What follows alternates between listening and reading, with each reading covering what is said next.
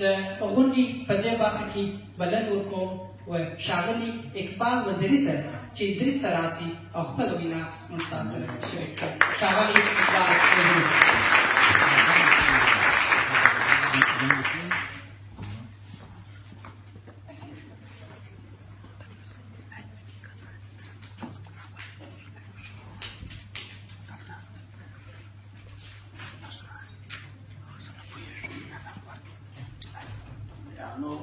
او قدرمنو خویندو او وروڼو ته د پښتنو د پښتو د نړیوالې ورځې د لمانځنې په مناسبت مبارکي وایم.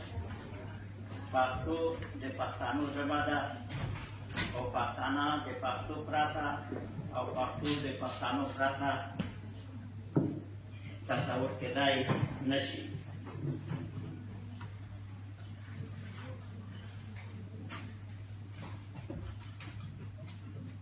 ژبه نه یوازې د پوهاوي راپوهاوي د وسیلې په توګه چوپړ کوي، بلکې ژبه د فکر د ودې وسیله هم ده. په خپله مورنۍ ژبه زده کړه د فکر په وده کې مهم رول لري. که د چا نه په مورنۍ ژبه کې د زده کړې حق واخیستل شي، نو دا کار په اصل کې د دوی د فکري ودې مخنیوی دی او دا یو ستر ظلم او یوه ستره بې عدالتي ده. زموږ واکمنو د پېړیو په اوږدو کې د فارس د فرهنګي ښکېلات په پایله کې پښتانه په خپله مورنۍ ژبه د زده کړې نه محروم کړي او د دوی د فکري ودې مخه یې ډپ کړې ده. فکر کوم چې فضل احمد غر شاید لومړی پښتون وي چې پښتانه یې خپلې مورنۍ ژبې پښتو ته د توپیرۍ او نه پاملرنې له امله د دې ناوړو پایلو ته متوجه کړي دي. دی وایي د ملک او قوم ترقي د خپل مذهب او د خپلې ژبې په حفاظت پورې تړلې ده. نن د دې ډېر ضرورت دی چې موږ خپله قومي ژبه د فارسۍ نه وباسو، او که نه زموږ د غفلت دا حال وي نو یوه ورځ به د فارسي او اردو پوځونه د پښتو ملک په خپلو منځو کې تقسیم کړي.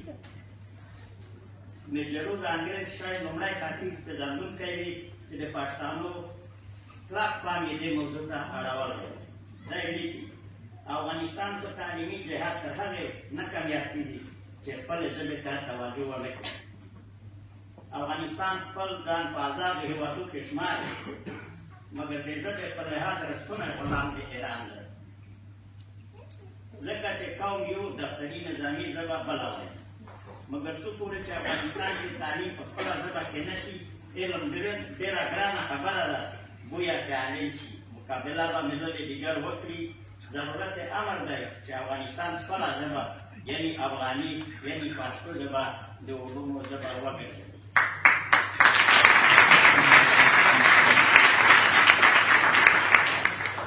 ژبه نه یوازې د پوهاوي راپوهاوي او د فکر د ودې وسیله ده، بلکې د ځان پېژندنې او هویت سرچینه هم ده. هویت یوه کلتوري پدیده ده او کلتور په ژبه ولاړ دی. د یوه قوم هویت د هېواد دننه د هغه د تاریخ جوړونې په پروسه کې خپله بڼه ښکاره کوي. پښتانه که غواړي چې په بشپړه توګه تباه نه شي، نو باید خپل هویت ټینګ وساتي. پوهان کاکړ لیکي د پښتنو د هویت کې پښتو، پښتونولي او نور غوره ارزښتونه دي. په دغو کې پښتو تر ټولو مهمه ده. پښتانه د ژبې له برکته پښتانه دي، او که یې پښتو له لاسه ورکړه بیا نو پښتانه نه دي، که څه هم احساس لري چې پښتانه دي. دی زیاتوي چې د پښتو ستر اهمیت په دې کې دی چې پښتانه په پښتو سره یو بل پېژني او سروایو کوي. په پښتو کې د پښتنو کلتوري ارزښتونه، د دوی تاریخ، د دوی افسانې، د دوی روایتونه یا په نورو ټکو د دوی ټول معنوي او روحي شتمني پرتې دي. موږ باید دې ته کلک پام وکړو چې یو قوم د فزیکي وژنو له لارې نشي د منځه وړل کېدای، بلکې یو قوم هغه وخت وژل کېږي او د منځه وړل کېدای شي چې کلتور او په ځانګړې توګه ژبه له منځه یوسي. Waktu iwala ragu tu tawan mana sebada jenai wajib diturun sudah di nadai di jeru permatul jabur kain gisi jenai najiatai balik di fade setelah tuan hamlari. Waktu depan piramid jodoh amal ada rabadai dah. Waktu depan target lima kewa sendiri dah sebada cemasta atau dijurus nadaka musiki lagi.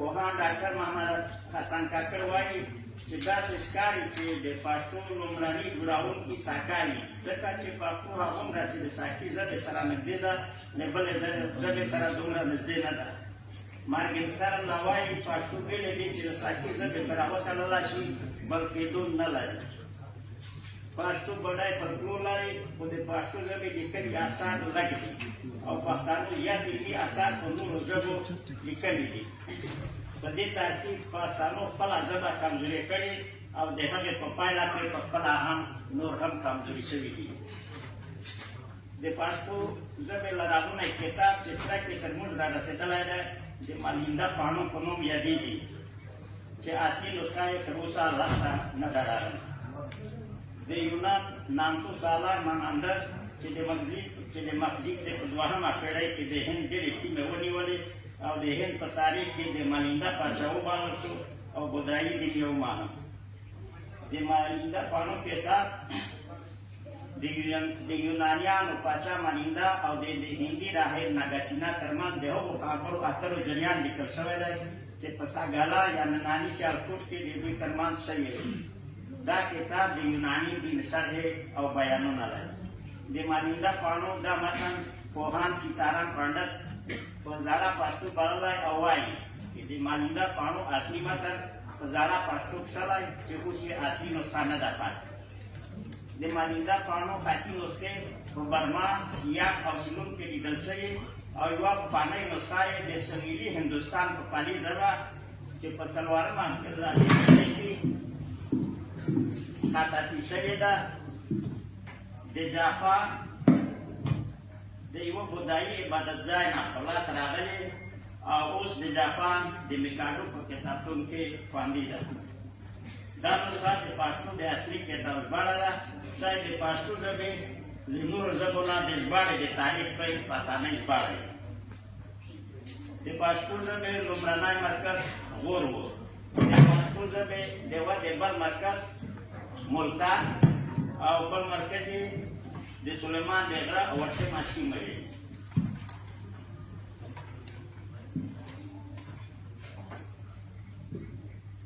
Perhen ke diuji ausuri daulatun jenis kode itu berusaha warna no persempat ke dehen de mahuli wakmano ke dewa kasih dapat kailan deperi waparoran de ekspal emilia dan bahkan kaiwanan de rosanti pemasrai pers ke petani ke de rosani nosa penuh jadi rohan pirpal asar pastu hindi aunu ruzo bawa nikal the aldedo muridam pastu debeta ham khidmatun awak de rosanya no mokaleti nota de afan derweza de pastu asar au kedangel itu ga mazhab Islam de ha de karindat pastu asar aunu dia dawalai de rosan pit au de ha de palawiano au de afan derweza au de ha de palawiano karman musajera au basu no pai ladaswa di Islam dicakap dengan nari nazariat masalah atau dalam musajirin cepat pastu lebat ini dia ada dewa di sabak dia itu mahu pergi ke pastanu dia jadi ada di basung kinoset bela daerah di kosal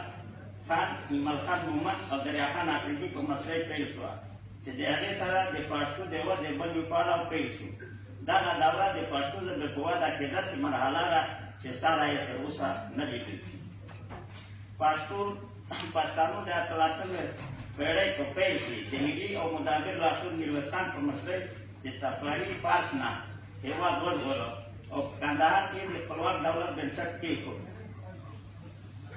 Di otak pemasrano ukandangri itu gak sahusin otak di pastu jadi pastu ada berita pam alawalai.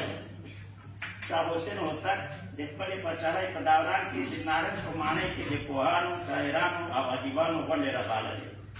Ayo kita punya hamil kerawu. Di tempat amal otak di pakai kandane nam tu asar wali. Di dalam di tas pastu jadi لومړی شاهنامه یعنې محمودنامه د ریډي خان مومند لخوا ولیکل شوه چې 4000 بیتونه یې درلودل او شاه حسین یو د طلاوې د انعام په توګه ورکړې. د پښتو ژبې دوهمه شاهنامه چې جګړه د محمود اول نیول د اصفهان نومیږي د محمد امین تفریقي لخوا هغه وخت لیکل شوې ده، یعنې د هوتکیانو په دوره.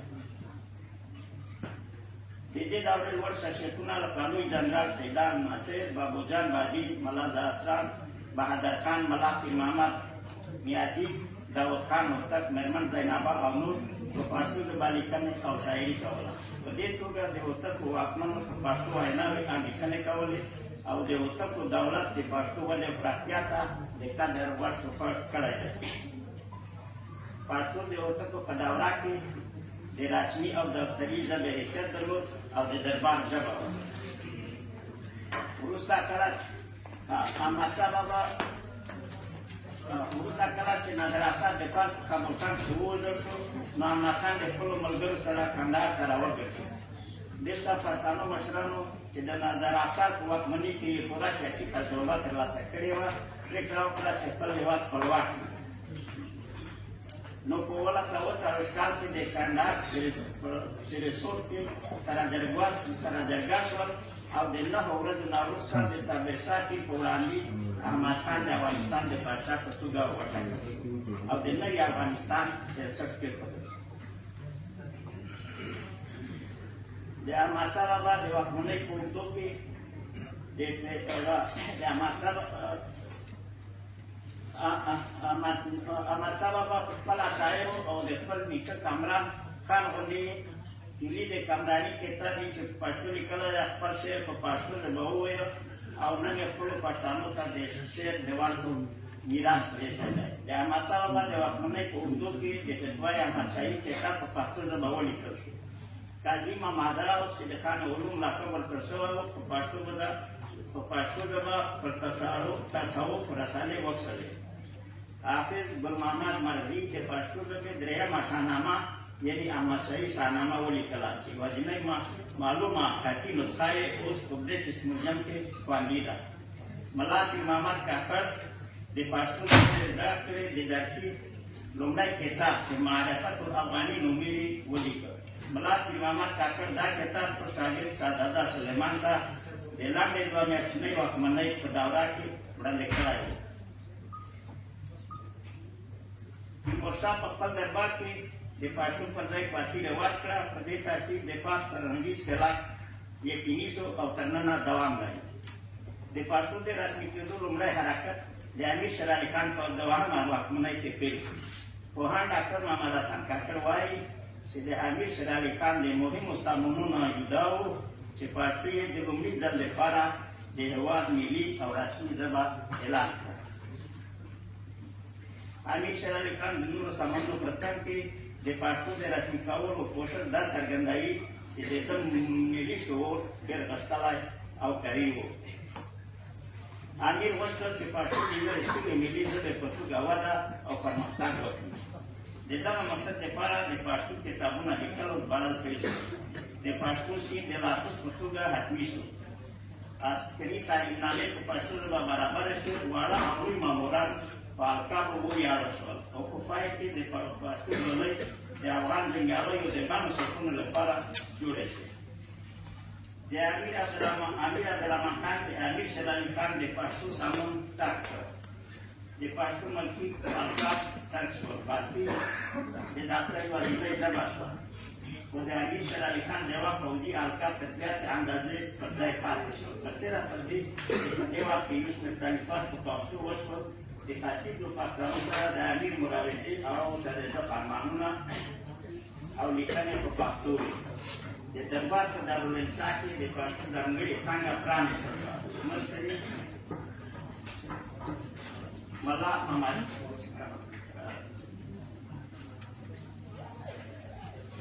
د پښتو د علمي کېدو او هڅو لپاره لومړی اساسي ګام د پاچا محمد حسن خان په وخت کې د ادبي علمن په تاسیس سره واخیستل شو. کندهار کې د ادبي علمن بنسټ په 1142 کال کې د محمد نادر خان په اجازه د د کندهار تنظیمه رئیس محمد سلطان محمد پریښود او د هغه ولایت دفترونه یې پښتو واړول. په 1930 کال کې د سردار محمد نعیم خان د صدارت په وخت کې کله چې محمد نعیم د پوهنې وزیر و، د اصلاح په بشپړه کې پاچاهي فرمان خپور شو چې ویل یې چې پښتو دې د فارسي په څنګ کې په دولتي دفترونو کې جاري شي او د هغه لپاره دې د 3 کالونو په موده کې پښتو دومره زده کړي چې پرې خبرې او لیک لوست وکړای شي. دا حرکت د شاهي کورنۍ د نه پاملرنې له امله ناکام شو. د پاچا ځایګه په مشروطه پاچاهي کې د 1913 کال په اساسي قانون کې د افغانستان ژبې پښتو فارسي رسمي وي او پښتو ملي ژبه اعلان شوې وه. خو بیا هم د همدغې شاهي کورنۍ د نه پاملرنې له امله دا حرکت هم ناکام شو.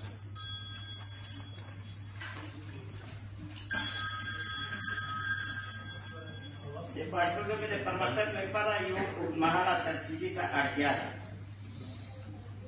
پښتانه اړ دي چې د نړیوالو علمي معلوماتو د لاسرسي په موخه انګلیسي ژبه زده کړي او د انګلیسي ژبې نه هر ډول پښتو اثار وژباړي او خپله ژبه شتمنه کړي. نن پښتانه ځوانان لګیا دي چې د کمپیوټر په مرسته داسې د ژباړې پروګرامونه جوړ کړي چې د انګلیسي ژبې نه هر ډول کتاب د یوې پاڼې په اخیستلو سره د سترګې پراخ کې وژباړل شي او ژباړه بیا د مسلکي کسانو لپاره د سمون وروسته د چاپ لپاره تیاره شي. په دې ترتیب به انګلیسي د علم د لاسته راوړلو او بهرنۍ سوداګرۍ ژبه وي. پښتو سمونول د ملي پیژند د ساتنې او غښتلو لپاره اړینه وسیله ده او پښتانه باید په خپل وطن کې پښتو د زده کړې، اقتصاد او دفتر ژبه کړي.